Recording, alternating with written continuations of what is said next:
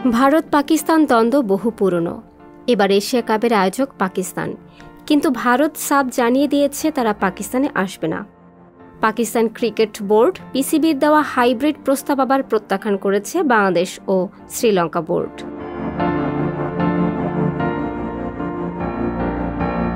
এরপরে নিরপেক্ষ ভেন্যুতে আসর আয়োজনের প্রস্তাব এসেছে পাকিস্তান বোর্ডের তরফ থেকে, সেটাও বাতিল করেছে ভারত। তবে এবার বাংলাদেশ ও লঙ্কানদের উপর চটেছেন পাকিস্তানের সাবেক জাতীয় দলের তারকা শহীদ আফ্রিদি। তিনি মনে করছেন এই দুই দেশের আমিরাতকে নিয়ে আবহাওয়ার যুক্তি নিঃসন্দেহে খোঁড়া যুক্তি।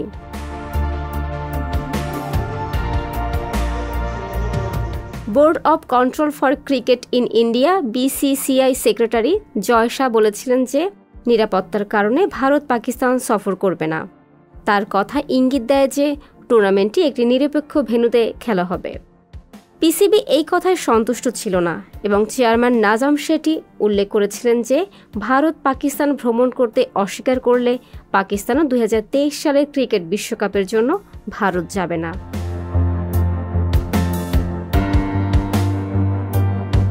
এবার এশিয়া কাপ হওয়ার কথা সেপ্টেম্বরে। পাকিস্তানের হাইব্রিড মডেল অনুসারে গরম আবহাওয়ায় আরবে ভারতের বিপক্ষে খেলতে হবে বাংলাদেশ ও শ্রীলঙ্কাকে। বাকি ম্যাচ হবে পাকিস্তানেই, কিন্তু প্রচণ্ড গরমে খেলতে রাজি নয় এই দুই দেশের বোর্ড।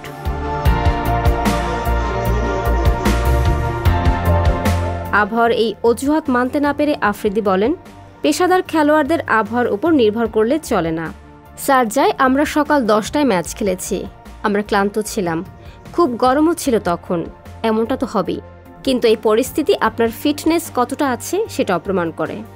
মেনে নিয়ে খেলতে হবে। আমিরাতে গরম এটা বলে অজুহাত তো দেওয়াই যায়, কিন্তু এভাবে অজুহাত দিলে তো হবে না।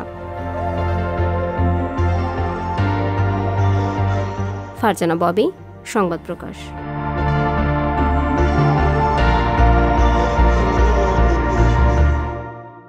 সংবাদ, ফিচার ও অনুষ্ঠানের জন্য ভিজিট করুন সংবাদ প্রকাশের ওয়েবসাইট এবং যুক্ত থাকুন ফেসবুক পেজ ও ইউটিউব চ্যানেলের সঙ্গে।